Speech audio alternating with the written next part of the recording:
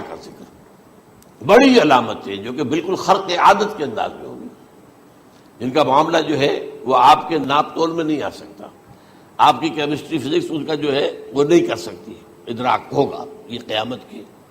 ان میں نمبر ایک کیا ہے؟ ایک بہت بڑا دھواں آئے گا، پوری دنیا کو لپیٹے گا۔ نمبر دو، دجال کا ظہور ہوگا جو اپنی خدائی کا دعویٰ لے کر آئے گا اور بنوائے گا۔ اس کے ہاتھ میں ہو جائیں گے، قبضے میں ہو جائیں گے سارے ذرائع پیداوار کے۔ اس کی طرف بھی پہلا قدم اٹھ چکا ہو، ٹرپس کے نام سے معاہدہ ہو چکا ہے۔ کوئی ملک اپنا بیج پیدا نہیں کر سکتا ہو، یہ بیج ہم نے ڈیولپ کیے ہیں۔ ان کے ڈیولپمنٹ سے پہلے تم ایک ایکڑ سے کتنی گندم لیتے تھے، آج کتنی لے رہے ہو؟ کس بنا پر؟ جینیٹکس کا جو کام ہم نے کیا ہے اس کی بنا پر ہو رہا۔ ہاں تو ہمارا حق ہے، اس کی رائلٹی ہمارے پاس آنی چاہیے۔ لہذا صرف ان اداروں سے، ملٹی نیشنل سے خریدا جائے گا بیج، اور بیج بھی وہ دیں گے وہ کہ جس سے جو فصل اگے گی وہ بیج نہیں لا سکتی، وہ بیج کا کام نہیں کر سکتی۔ جیسے آپ کو معلوم ہے کہ آپ کے ہاں جو گوشت کھایا جاتا ہے مرغے کا، تو مرغا وہ جو ہے اس میں مرغا ہو یا مرغی ہو، اس کے اندر کوئی وہ کیفیت ہی نہیں ہے۔ ان کے انڈے جو ہے ان سے آپ بچے حاصل نہیں کر سکتے، ہے تو انڈا، دیکھنے کو تو انڈا ہے، لیکن وہ بنڈا جو ہے اس سے بچہ تو نہیں حاصل کر سکتے۔ ایسے ہی وہ گندم کا بیج لیں گے، نظر آئے گی گندم، لیکن اس کے اندر وہ صلاحیت نہیں ہے کہ اس سے جو فصل اگے گی اس کا نتیجہ جو ہے وہ بھی آپ لے سکیں۔ یہ ہونا ہے، اللہ جانے، قدم اٹھ رہے ہیں ادھر۔ پھر یہ ہے کہ دابۃ الارض، زمین سے ایک حیوان نمودار ہوگا، زمین شق ہوگی۔ ابھی میں کہہ رہا ہوں خرق عادت ہے، یہ چیزیں وہ نہیں ہیں جو ہماری کسی حساب کتاب میں جو باتیں پہلے آئی ہیں وہ تو حساب کتاب میں آ رہی ہیں، ساری سمجھ میں آ رہی ہیں، ساری چیزیں مشاہدہ ان کا ہو رہا ہے۔ لیکن یہ ہے کہ دابۃ الارض، یہ کہتے ہیں کہ کوہ صفا، اس میں تو نہیں ہے حدیث میں، کوہ صفا پھٹے گا اور اس میں سے ایک حیوان دابہ وہ ظاہر ہوگا،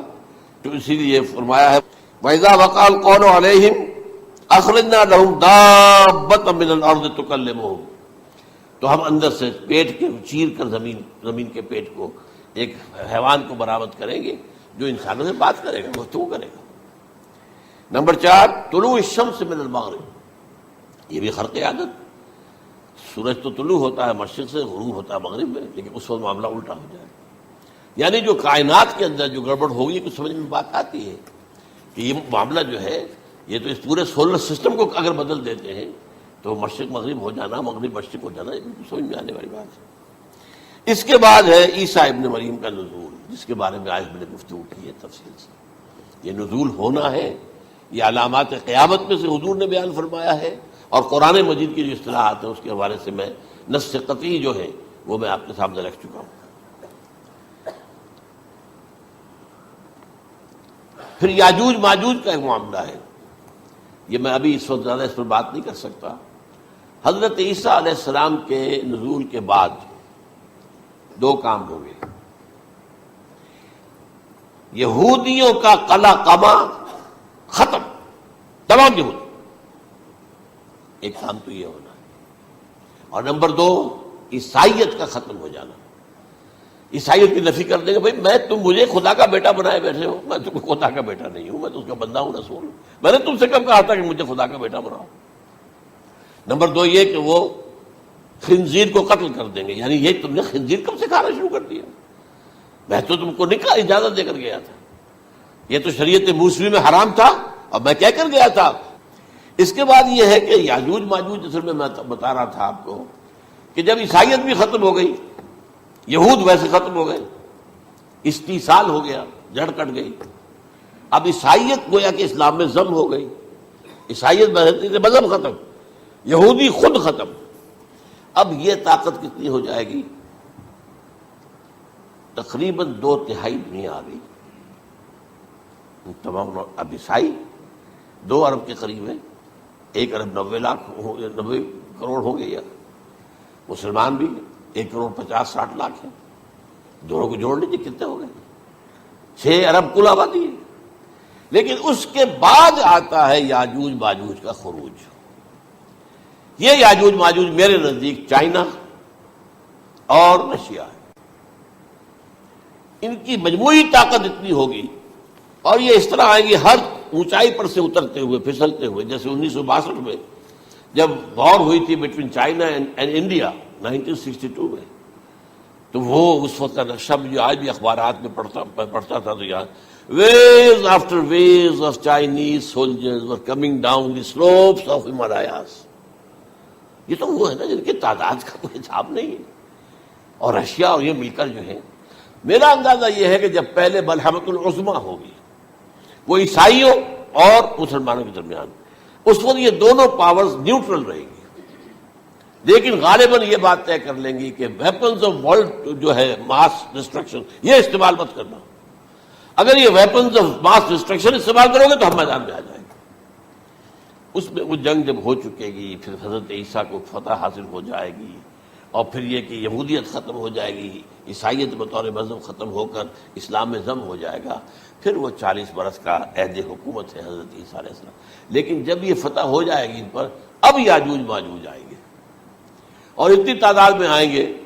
کہ بحیرہ طبریہ جو ہے اس کا سارا پانی پی جائیں گے۔ یہ تو اگر آپ کو کبھی اندازہ ہو یا کوئی آپ جانیں ان لوگوں کو جو ان چینیوں سے واقف ہیں،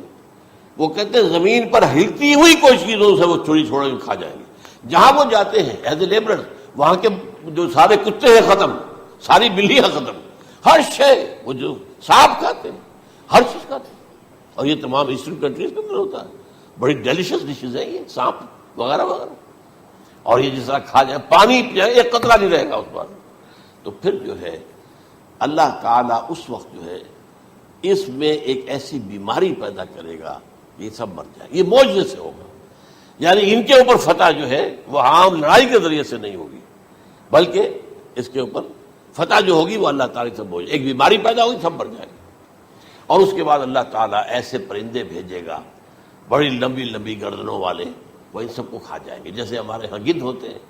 وہ ان کو صاف کر دیں گے۔ ورنہ تو یہ ہے کہ پوری دنیا کے اندر جو بدبو اور جو پیدا ہوتا معاملہ اس سے، تو اس نوع انسانی کی بقا ممکن نہیں تھی۔ ان کے خاتمے کے بعد پھر یہ ہوگا کہ حکومت اسلامی جو ہے پوری دنیا میں حضرت مسیح علیہ السلام کی ہوگی، 45 برس وہ رہیں گے، اسی میں وہ کہلن بھی آ جائے گا، وہ فی المہد و کہلن جو میں نے شروع میں بیان کیا تھا، اسی میں پھر یہ ہے کہ وہ شادی بھی کریں گے، ان کی اولاد بھی ہوگی، اور پھر ان کا انتقال ہوگا تو حضرت حضور صلی اللہ علیہ وسلم کے حجرے میں، وہیں پر جہاں حضور اور ابو بکر اور عمر رضی اللہ تعالیٰ عنہم دفن، وہیں پہ ان کو دفن کیا جائے گا، اور قیامت کے دن حضور فرماتے ہیں کہ میں اور یہ تینوں ساتھ نکلیں گے۔ تو یہ ہے والات و واقعات۔ بہرحال اس میں یہ ہے کہ یہ نوٹ کر لیجئے کہ جہاں تک ہمارے ہاں آج کل کا معاملہ ہے، میرے نزدیک میں یہ کہنے پر مجبور ہوں، جو رفع و نزول مسیح کو نہیں مانتا وہ کم سے کم منکر حدیث ضرور ہے، میں اس سے کم کا فتویٰ نہیں دے سکتا۔ اب یہ ہے کہ جو لوگ مہدی کو نہیں مانتے ان کا معاملہ میں مختلف سمجھتا ہوں، چند منٹ لے رہا ہوں آپ کے، اور اس لیے کہ ان کی حدیثیں صحیحین میں نہیں ہیں، بخاری مسلم میں نہیں، اور یہ کہ بہرحال ان کا معاملہ جو ہے وہ ایسا نہیں ہے حضرت عیسیٰ کا۔ حضرت عیسیٰ کے آنے کا جو کچھ ہوگا وہ تو میں نے آپ کے سامنے بیان کر دیا، لیکن یہ ہے کہ حضرت مہدی ہمارے نزدیک اس میں خرق عادت کوئی ہے ہی نہیں، جیسے ہر صدی کے مجدد ہوتے ہیں، آخری صدی کے مجدد وہ ہوں گے، اور میرے نزدیک یہی آخری صدی ہے، اور اسی میں حضرت مہدی کا ظہور ہو جانا۔ سعودی عرب میں کوئی خانہ جنگی ہوگی کسی بادشاہ کے انتقال پر، اور پھر اس وقت یہ ظاہر ہوں گے، اس وقت ملک کے حالات کو سنبھالنے کے لیے لوگ ان کو زبردستی نکالیں گے، چھپے ہوئے ہوں گے ایک گھر میں۔ یہ حضرت ام سلمہ رضی اللہ تعالی عنہ کی روایت ہے کہ ایک بادشاہ کے انتقال پر یہ خانہ جنگی ہو جائے گی، اور ایک شخص مدینے سے بھاگ کر مکے میں چھپ جائے گا۔ یہ تو ہے ان کے الفاظ، میں توجیہ کر رہا ہوں، یہ لوگ ان کی طرف دیکھ رہے ہوں گے کہ یہ جو وقت آیا ہے فتنے کا ہماری قوم پر، ہمارے ملک پر، تو ان کی شخصیت ایسی ہے کہ یہ بیچ میں آئیں، صلح صفائی کرائیں، اور وہ جو ہے اس ذمہ داری سے بچ کر بھاگیں گے اور جا کر مکے میں چھپ جائیں گے۔ پھر لوگ انہیں تلاش کر کے نکالیں گے اور زبردستی ان کے ہاتھ پر بیعت کریں گے، ورنہ وہ اتنے بڑے منصب کو۔ اور پھر یہ بھی ہے، ایک حدیث میں آتا ہے یصلحو فی لیلۃ واحدہ، ایک رات میں ان کی مکمل اصلاح کر دیں گے، یعنی اگر کوئی تھوڑا بہت نقص اور عیب کوئی ہوا بھی، کوئی کمی کوتاہی ہوئی بھی، تو اللہ تعالیٰ ایک رات میں اصلاح فرما دیں گے۔ لیکن ہمارے نزدیک اس قدر کوئی خرق عادت ہے ہی نہیں۔ البتہ جو کہتے ہیں اہل تشیع وہ خرق عادت ہے کہ ان کے 12ویں امام جو ہے وہ بچپن ہی کے اندر اس خوف سے کہ جو بنو عباس بادشاہ ہیں وہ ان کو قتل کر دیں گے تو وہ ایک غار میں چھپا دیے گئے. اب وہ 1200 برس سے اس غار کے اندر چھپے ہوئے اور اس کے بعد وہ ظاہر ہوگی، وہ امام مہدی ہوں گے. اس میں خرق عادت ہے، لیکن میں یہ کہتا ہوں کہ محض خرق عادت کی بنیاد پر ہم اس کی نفی نہیں کریں گے. کیوں؟ کیا ہم یہ نہیں مانتے کہ اصحاب کہف 300 برس تک سوئے رہے؟ یہ کیا عام بات ہے؟ حضرت عزیر علیہ السلام اللہ نے انہیں موت دی، موت، اور 100 برس کے بعد زندہ کر کے اٹھا لیا. تو خرق عادت حضرت عیسیٰ کو ہم اتنا بڑا خرق عادت مانتے ہیں کہ اٹھا کر آسمان پر، تیسرے آسمان کے اوپر ہیں، موجود ہے، اب بھی ہے. شب معراج میں تیسرے آسمان پر حضور کی ملاقات ان سے ہوئی. تو یہ خرق عادت کی بنیاد پر نفی نہیں ہم کرتے، ہو سکتا ہے، لیکن یہ کہ اس کے لیے ہمارے پاس کوئی دلیل نہیں، کوئی احادیث نہیں، کچھ نہیں، اس لیے ہم اس کو نہیں مانتے. البتہ خود وجود جو ہے حضرت مہدی کا وہ کوئی عجیب بات نہیں ہے. وہ تو جیسے پہلے بھی آئے ہیں ہمارے مجددین، ایسے مجدد ہوں گے اور دین کو تازہ کر دیں گے. ایک صحیح اسلامی ریاست جو ہے وہ عرب میں قائم ہو جائے گی دوبارہ. حضور نے فرمایا وہ عدل اور انصاف سے عرب کو اسی طرح بھر دے گا جیسے کہ وہ اس سے پہلے ظلم اور جور اور زیادتیوں کے سے بھری ہوئی ہوگی. تو یہ کام ہوگا، یہ تو مجدد کا کام ہوتا ہی ہے اس حوالے سے. لیکن بہرحال میں نے پھر بھی کہا کہ اگر احادیث کی کمزوری کی وجہ سے کہ صحیح عین میں نہیں ہے، اگر کوئی شخص انکار کرے تو مجھے کوئی اعتراض نہیں ہے، ٹھیک ہے. لیکن جو حضرت عیسیٰ کے نفع سماوی اور حضرت عیسیٰ کے نزول کا انکار کرتا ہے وہ کم سے کم، میں انہیں اور آگے کوئی فتویٰ نہیں دیتا کہ وہ کافر ہو گئے یا یہ ہو گیا یا وہ ہو گیا، لیکن منکر حدیث کے لائن میں تو وہ لازماً کھڑے ہو گئے.